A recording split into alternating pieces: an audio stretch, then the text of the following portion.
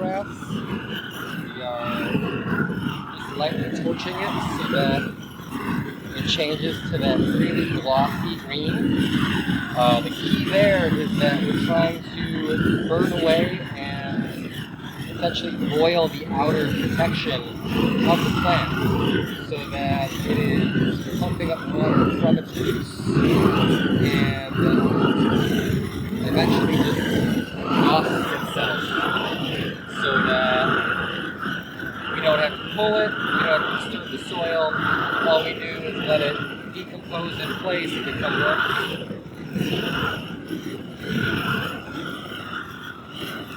If you go too far, burn it, it cauterizes just like it would on you, and nothing happens.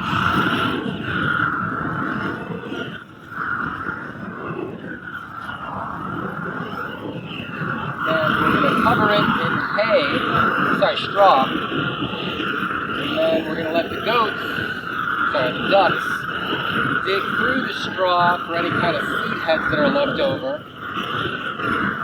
Then just let that stuff hang out, build moisture, start to decompose. We can plant into it on Mother's Day.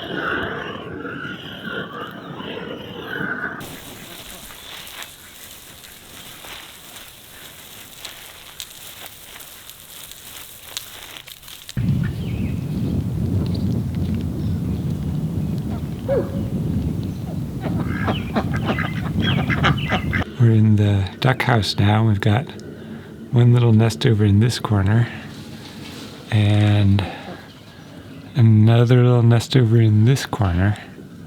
And I think they're just trying to train them right now to see if they can get them to sit on them.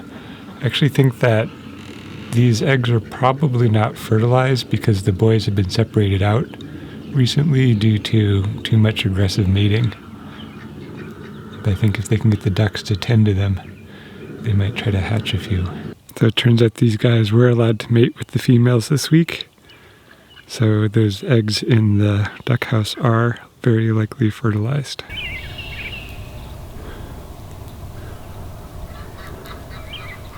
Got some big old mushrooms growing here next to this tree. Don't know if they're the eaten kind, but they sure are fun to look at. You may remember some episodes back, I had a gap here and I filled it by taking the Titebond 2 glue and thickening it with, I believe I used a low density filler. And it took a long time to harden. It did eventually get hard. There's still maybe a little spring to it, but I can't tell if that's the spring of the foam backing it up or not. If I dig my nail into it, I can definitely dig my nail into it. So it's not super strong, but it is stronger than the foam that it's adhering to. It did sand well, but I guess I don't feel like it's the right answer for filling big gaps. I had to put a lot of filler in there to get it to be as thick as I wanted. Didn't cure that quickly, and I'm not sure that it's really that strong in the end. So today I'm going to try a different filler. So today I'm going to experiment and try to make some fillets using this Loctite PL300 foam board construction adhesive. And I'm also going to try mixing it with this 404 high density filler to see how that changes its behavior.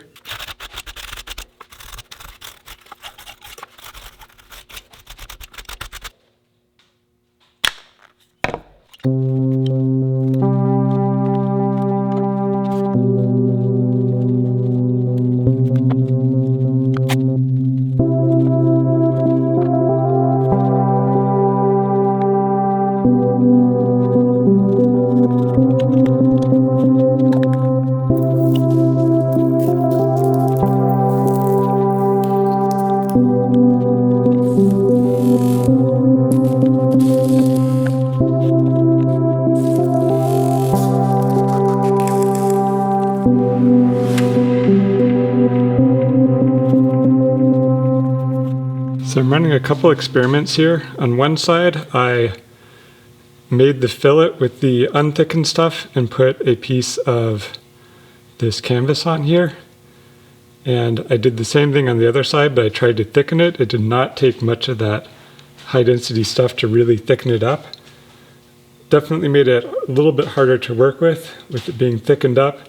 However, maybe it will also be stronger. I'm not quite sure how I'll measure that. Over here, I spread the stuff out, and I want to see how well these sand, if at all.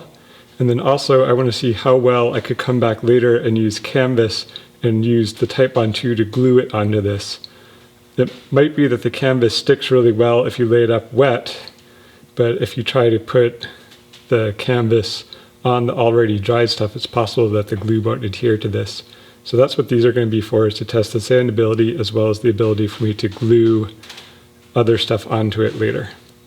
I'd say the texture of it unthickened is a lot like toothpaste. I mean, it kind of looks like toothpaste and it feels quite a bit like toothpaste, maybe a little bit runnier, but on the other hand, I've never really tried to smear toothpaste around like that. So toothpaste is probably the closest stuff. This bunched up real fast and got pretty gritty, I would say.